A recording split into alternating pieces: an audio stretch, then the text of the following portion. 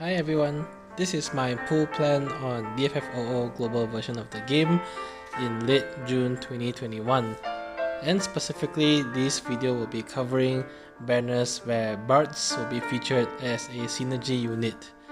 This will be comprising of 3 events that you can see on the infographic on the left hand side of the screen, so essentially covering the Heretics event, Edward Lost Chapter, and Boss Rush number 4. The infographic taken on the left hand side is a crop from Jakematt's global forecast, and I will be putting a link to the entire forecast in the video description, so do check it out. Quick disclaimers before going into the full video. This is really my personalized pool plan, and it may or may not be ideal for you or anyone else. I'm a firm believer, of course, that there are many approaches and ways to completing battles, and therefore there are actually many varied characters and party compositions that can work. Based on that, there are actually many factors that should be considered when deciding to pool, and this can include what your current resources look like in terms of gems and tickets, who you currently have built up in your current roster, and which sort of characters will really complement your current roster really well, which content you need to clear, and of course, who your favorite characters are. So coming to the first event, we have 2 banners in the Heretics event. The first banner featuring Bartz, Stainer, and Seymour, and the second banner will have a rerun of Palom's LD with bannermates of Cyan and Zell. I'll start off on the banner below, which is Palom's LD banner, and I will be skipping that because I already have Palom's LD from the initial debut of her LD, so there is nothing I really want from the second banner. On the first banner, I will be using tickets. I already have Bartz at 3-3 with his EX, so I'm really just missing his LD and of course his PT weapon. And my plan here is to use tickets until I score his LD weapon. On the right hand side, we'll show the synergy characters in the white box for the Heretics event. And out of this, of course, I already have Bartz and Palom at full 3-3, so I can just use one of the other characters for the challenge quest, most likely being Seymour, since I already have his kit. Around this time, and at this point I'm not sure exactly when Galuf's LD banner will be featured, but it will be very close to the Heretics event. So Galuf LD will be released, and Galuf actually will also be synergy character during the Heretics event. So this banner is similar to Sarah and Ignis's LD banner in a sense where you can actually get 15, 35 and EX weapons of any other released character so far in the game, but the key price here would of course be the featured character, which is Galuf in this case, and he will have rate up on his weapons, and his LD weapon of course will be newly released on this banner. So tanks are quite a valuable commodity in the game, at least that's what I believe, and we have great examples of tanks in the past who have really given a great return of investment. And I think good examples here will include characters such as Gladio and maybe to a lesser extent Warrior of Light as well, who have made it very possible to complete many Chaos and Lufenia stages. For that reason, I think Galuf is quite a good pickup to add to your roster of tanks, especially since it's been quite some time since we had a new tank unit. So for that reason, I will be using tickets again until I score Galuf's LD. I already have my Galuf at 3-3 realization, so it's really just his LD that I'm missing. At this point also, I didn't mention anything about Bart's burst weapon, and I don't plan to be chasing Bart's burst weapon, that's why I never mentioned anything about it. And I do have enough burst tokens, so at the end of this arc, if I didn't score Bart's burst weapon, I may token for it by the end of the boss rush event. So soon after that, we come to Edward's Lost Chapters, and this is actually quite a decent banner as well, in the sense that you get two great support units on the banner, which is Edward and Hope, and Palom on this banner with the release of his LD, which is new in the global version of the game, becomes quite a decent DPS option as well. However, my plan here is to skip this banner, partially because all the other banners in this arc features characters that I'm really interested in, and I really want to find at least one banner that I can skip to save my resources, and I think this is probably the best banner for me to save on, hence my decision. Nothing against Edward or Palom. In fact, my Edward is already at 3-3 realization with the LD, so I'm not missing anything by skipping on this banner except for Palom's LD. Palom isn't really a bad unit, however, he is a magic based DPS, and personally for me, I feel very comfortable having Terra and Golbez as magic based DPS, who of course were just very recently released as well. So for that reason, I don't think I really need Palom anytime soon. And for Hope, I already also have Hope at full 3-3 with his LD as well. So I think this for me represents a banner that will be good to save my resources, and I will be skipping here as well. Bartz and Galuf should be returning as guest synergy characters, so if I did manage to pull their gear, I'm pretty much set for the Chaos Challenge quest anyway. I can just use Bartz, Galuf, and either Hope or Edward, and the challenge quest should be very easily doable.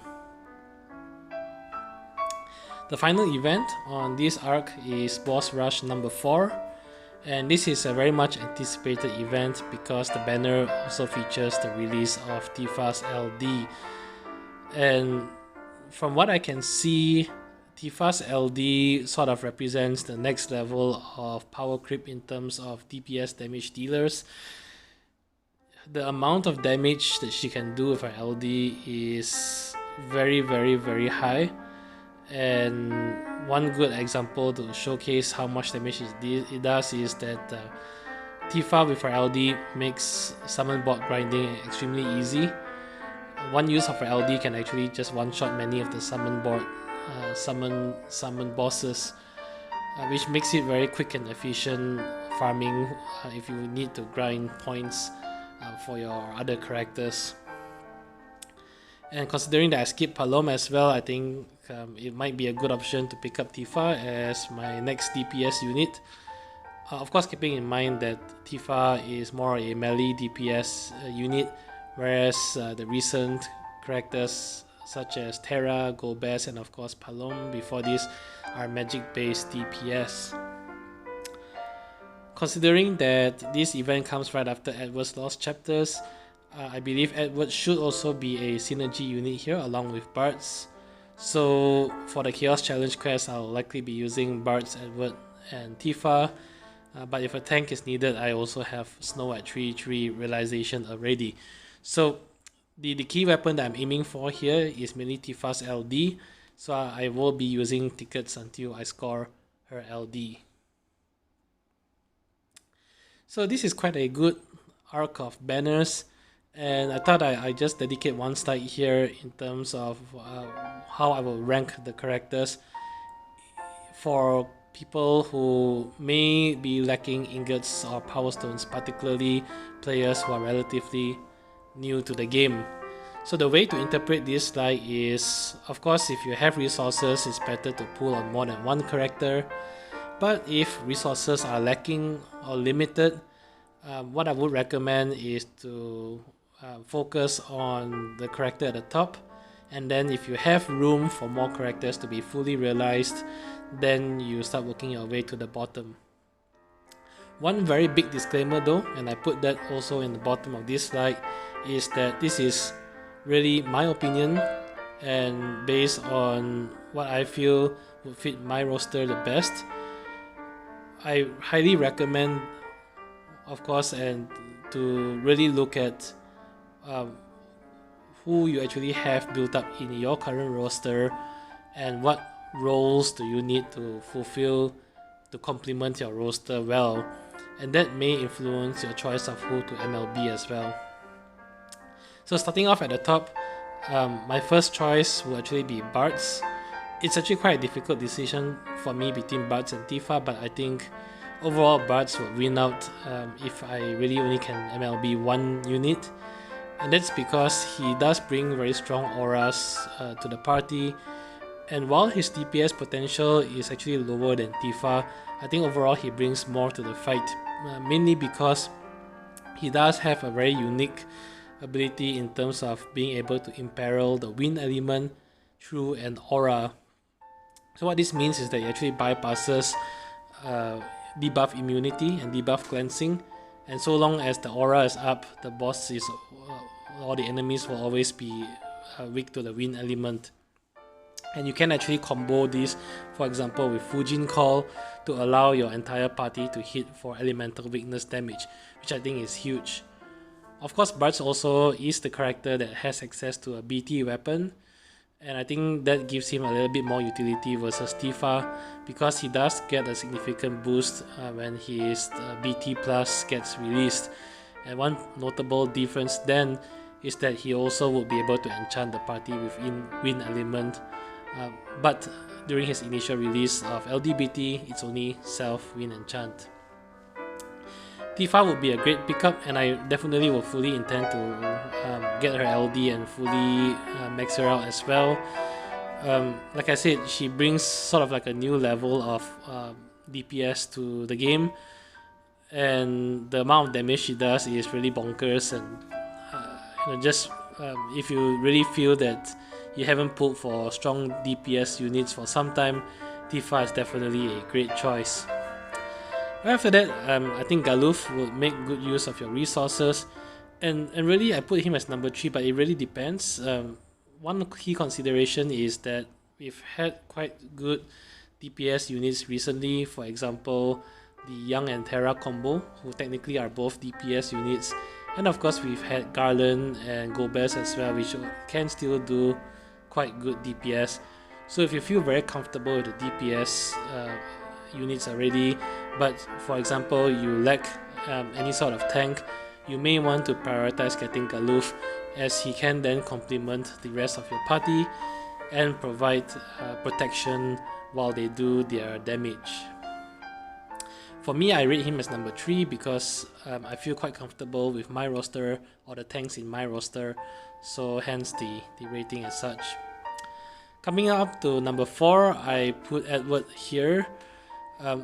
Nothing bad about Edward, he is quite a solid support unit, and he has access to the unique debuff Sleep. I think the thing that maybe sets him back a little bit versus other supports is Edward doesn't have any HP damage up abilities, which I actually think that is actually very important in this stage of the game, where turn requirements can be extremely tight in Lufenia stages, and having access to strong aura bots such as Sarah and Paladin Cecile would probably be preferred units over Edward on some party compositions. On number 5, I put Palom and Penelo together here, and same reason as Edward. It's not that they are bad, it's really just that my opinion is I think they bring less to the table relatively compared to the other units here. Of course, if they are your favorite units and you feel that you have fun using them, there's nothing wrong maxing them out, and they are definitely Lufenia viable.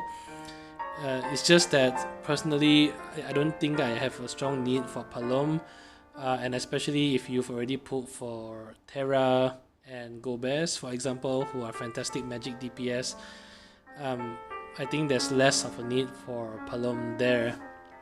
Penelo, I think for me, it's really the same case as Edward. She's a good support unit who can also heal the party, and her EX does Gravity Shave.